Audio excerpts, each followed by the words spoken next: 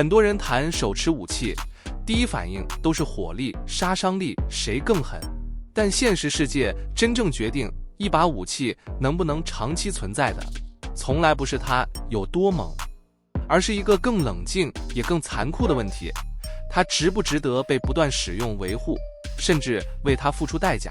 今天这支影片，我们不是单纯比谁威力最大，而是从可靠性、实战适应性、使用成本，以及它在真实冲突中的长期价值，来拆解世界上最具代表性的10大手持武器。非常欢迎在留言区讨论，记得订阅加点赞。我们开始。第10，格洛克19。格洛克19不是最猛的，但是最活得久的那种。它之所以能排进前10，不是因为夸张火力，而是4个字：可靠到烦人。口径9毫米，标准弹匣15发，空枪重量大约600多克，枪身长度不到20公分，随身携带、车内空间、室内环境都很吃香。格洛克19的设计逻辑很现实，不追求外形，不讨好收藏家，也不走精密机械美学。它走的是工程师路线，零件少，结构简单，故障点少。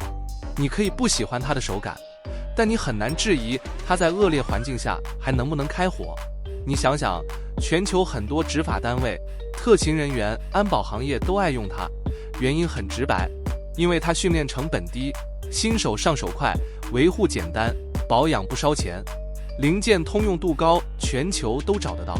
光这几点就是现实世界最残酷的优势。格洛克19就像那种不帅但永远准时到场的伙伴，你不会为他尖叫，但关键时刻你一定希望他站在你这边。第9，海克勒科赫 MP5。 MP5 一出场气场就不一样，它不是那种一看就很凶的武器，但只要你懂一点军事或反恐历史，就会立刻知道这东西是给专业人士用的。9毫米口径，全枪重量大约 2.5 到 3点多公斤，有效射程大概200米左右。数据看起来不夸张，但重点从来不在远，而在准、稳、可控。MP5 最厉害的地方是射击控制性，后坐力小，连射稳定，弹道好抓。在室内、走廊、楼梯这种高风险环境，它给使用者的不是蛮力，是信心。这也是为什么在很长一段时间里，全球的反恐单位、特勤小组几乎把 MP5 当成标准配备，不是因为它最先进，而是因为它在关键时刻最不容易失控。再讲一个很现实的点， MP5 和消音器的搭配效果非常好，这让它在需要压低噪音、避免混乱升级的任务里有非常高的战术价值。就是说，它不是要吓人，而是要把事情安静地解决掉。第8， FMP90。 P90 一拿出来，很多人第一反应都是这什么东西，像科幻片道具，又像未来版订书机。千万别被它的外形骗了，这把东西一点都不搞笑。T90 的口径是 5.7 毫米，弹匣容量50发，而且是平放在枪上面，全枪重量大约3公斤左右。设计重点不是远距离，而是近到中距离的持续火力，它适合冲着高密度火力使用来的。T90 当初被设计出来的背景其实很现实，它不是要取代步枪，而是给车组人员、护卫单位、特勤人员用的。当这些护卫单位没办法扛一把完整步枪时，但又必须面对穿防弹衣的威胁， T90 就是答案。它最狠的一点在于那颗 5.7 毫米弹，体积小，速度快，穿透力强，在近距离对轻型防护目标特别有存在感。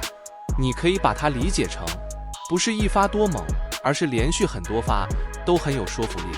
再加上它的设计非常现代，枪身短，重心集中，操控直觉，在狭小空间、车内、走廊转角这种地方用起来不会跟环境打架。对执行任务的人来说，这代表一件事，压力会小很多。第7，雷明顿870。雷明顿870一出现，这把东西没有未来感，也没有科技感，它给你的感觉只有一个，事情要认真处理了。雷明顿870常见是12号霰弹，枪重大约3到3点多公斤。再讲一个现实层面的优势，霰弹的弹种选择很多，破门、制止、压制、区域封锁，一把枪就能对应多种任务需求。有效距离不算远，但它从来不靠远程距离吃饭，这对执法单位来说是非常实用的弹性。雷明顿870最经典的地方是它的蹦动结构，简单耐操，几乎不挑环境，泥巴、雨水、灰尘对它来说都只是背景音。在室内、走廊、楼梯、破门之后的短距离环境，霰弹枪的压制力非常直接，不需要复杂判断，也不需要长时间对峙，它要的就是快速明确的结果。这就是为什么它在警用、军用战术单位里这么常见到它的身影的原因。第6，卡拉什尼科夫 AK-47。AK-47一登场，很多人脑袋里都会冒出同一个词，老派。但我先讲清楚，老不代表过时，在战场上，老有时候等于被验证过太多次。先给你几个关键概念就好。口径是 7.62 乘39，空枪重量大约 3.5 公斤左右。有效射程不追求极限精准，而是稳定可用。AK-47最恐怖的地方从来不是性能表，而是它对环境的态度，沙子、泥巴、雨水通通不在话下，它的反应基本都是没差，我继续。这把枪的设计哲学非常直接，零件结构粗犷，加工公差大，听起来好像不精致，但换个角度看，就是不挑条件，不挑使用者。你不需要是神枪手，他也不要求你每天伺候它、保养它。这也是为什么在过去几十年 AK-47会出现在全球各种冲突现场。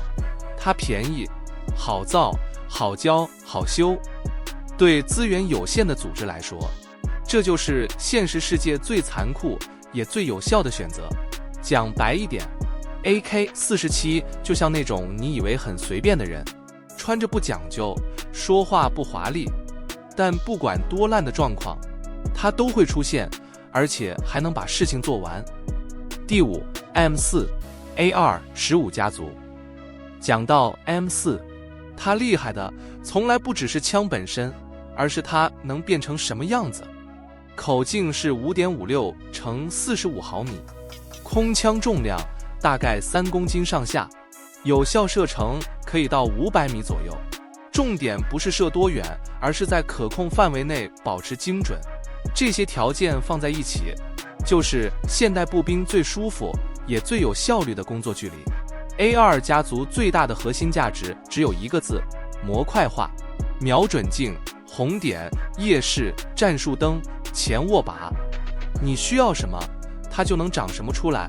一把基础枪可以因任务不同，变成完全不同的作战工具。这也是为什么它在现代军队、特种部队里会这么主流，不是因为它最耐操，而是因为它最能配合战术变化。城市战、野外巡逻、室内突入，只要换个配置，而不用换枪。当然，它也不是没有缺点。相较 AK， 它更吃保养，更讲究使用习惯，但换来的是什么？是更好的精度、更快的反应，以及在中距离交战里非常稳定的压制能力。所以第5名给它，不是因为它最狂，而是因为它代表了现代战争的一个趋势。武器不只是火力，而是一个可被不断调整、持续进化的系统。第4，巴雷特 M82。讲到巴雷特 M82， 先把一个观念摆正，它从来就不是设计来跟人单挑的，它存在的意义是让车、雷达、掩体等设备直接退出战场。口径是 12.7 毫米，也就是大家熟知的50 BMG， 全枪重量大约13到15公斤，有效射程超过1800米。光听这些数字你就知道，这已经不是步兵武器的逻辑了。巴雷特 M82 最恐怖的地方在于它的反器材能力，轻型装甲车辆、通讯设备、补给设施，在它面前都不是很硬，像个软柿子。它的战术价值不在击杀数量，而在于一枪就能让对方整条系统失效。而且别忘了 M82 是半自动，这代表什么？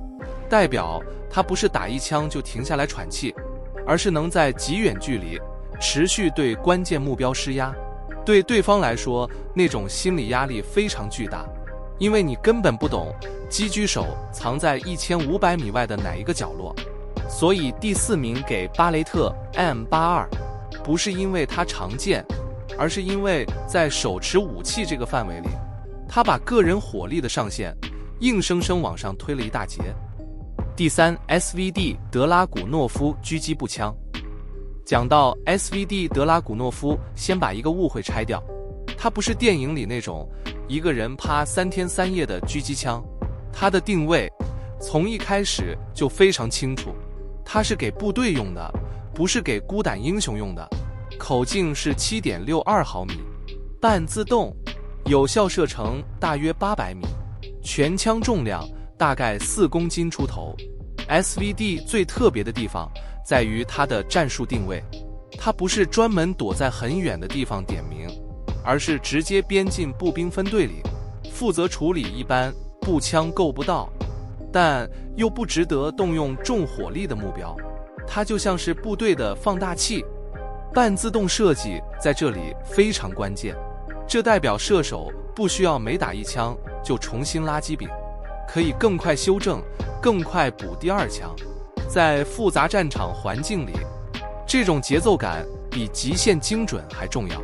而且你会发现 SVD 延续了很明显的东方武器哲学，不追求过度精密，而是强调在寒冷、泥泞、维护条件有限的情况下还能稳定运作。它不是要你呵护它，是它来配合你。 SVD 像什么？像队伍里那个话不多但视野最清楚的人，不抢镜，不耍帅，可一旦情况复杂起来，大家都会等他先判断再攻击。第2 RPG 7，RPG 这东西只要出现在画面里，现场气氛通常会瞬间降温。肩扛式火箭推进榴弹，发射器本体重量大约6公斤出头，有效射程通常在200到500米之间。依弹种不同，对装甲的穿透能力可以到数百毫米等级。你不用记住每个数值，你只要记住一句话，它是个人就能带走的反装甲火力。RPG 真正恐怖的地方在于它的性价比，结构简单，造价低，维护要求不高，但带来的破坏力就能炸飞一群， CP 值超高。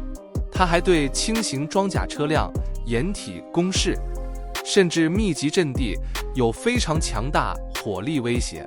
这也是为什么在很多非对称战争里 RPG 会反复出现。当一方没有空优，没有重炮，没有装甲部队， RPG 就成了用最低门槛去对抗高价值目标的答案。它的心理压制力非常强，枪声你听习惯了，但火箭弹的尾焰、爆炸声、冲击波会让整个区域的人都意识到，这已经不是靠勇气就能硬撑的局面。 RPG 就像什么？像街头局势里的翻桌剑，前一秒还在对峙，下一秒桌子直接被掀了，大家得重新谈规则。第一 M67 手榴弹。讲到第1名，很多人会愣一下，不是步枪，不是火箭，而是一颗手榴弹。没错，因为在手持武器这个范围里， M67 的影响力和体积完全不成比例。这整颗手榴弹的重量大约400克左右，引信延迟大约4到5秒，有效致伤半径约15米。碎片最远可飞到200米以上。M67 最可怕的地方不是准不准，而是突然性。在狭小空间、壕沟、室内、掩体后方，它不需要精确瞄准，只要进入范围，基本上都是箭太奶。而且手榴弹有一个枪械做不到的特性，它可以丢进去，这代表你不一定要看见对方，只要确认位置，就能迫使对方做出反应、移动暴露，甚至直接失去行动能力。在战术层面，这叫强制改位。还有就是手榴弹的心理震慑力极高，枪声会让人紧张， RPG 会让人恐惧，但手榴弹会让人想起自己的祖先。要不要跑，往哪跑，能不能跑，全部在极短时间内完成。它压缩的不是距离，是时间。所以第一名给 M67 手榴弹，不是因为它复杂，而是因为在手持武器里，它用最简单的形式达成了最彻底的效果，小快直接的。也正因为这样，它几十年来几乎没有被真正淘汰。只要战争还存在，这种能瞬间改变局势的工具就永远有位置。好了，看到这里，你会发现一件很残酷的事，真正改变战场的从来不一定是最大、最贵、最先进的武器，有些靠的是可靠到不会出错，有些靠的是在关键距离内给你绝对控制力，还有一些干脆直接改写规则，让对方连反应时间都没有。如果你看完之后心里有一把觉得应该上榜但没出现的武器，欢迎直接丢在留言区告诉我，你们点名的很可能就是下一集的主题。记得订阅点赞，我们下一次继续用最真实的角度拆给你看这个世界的另一面。我们下期见。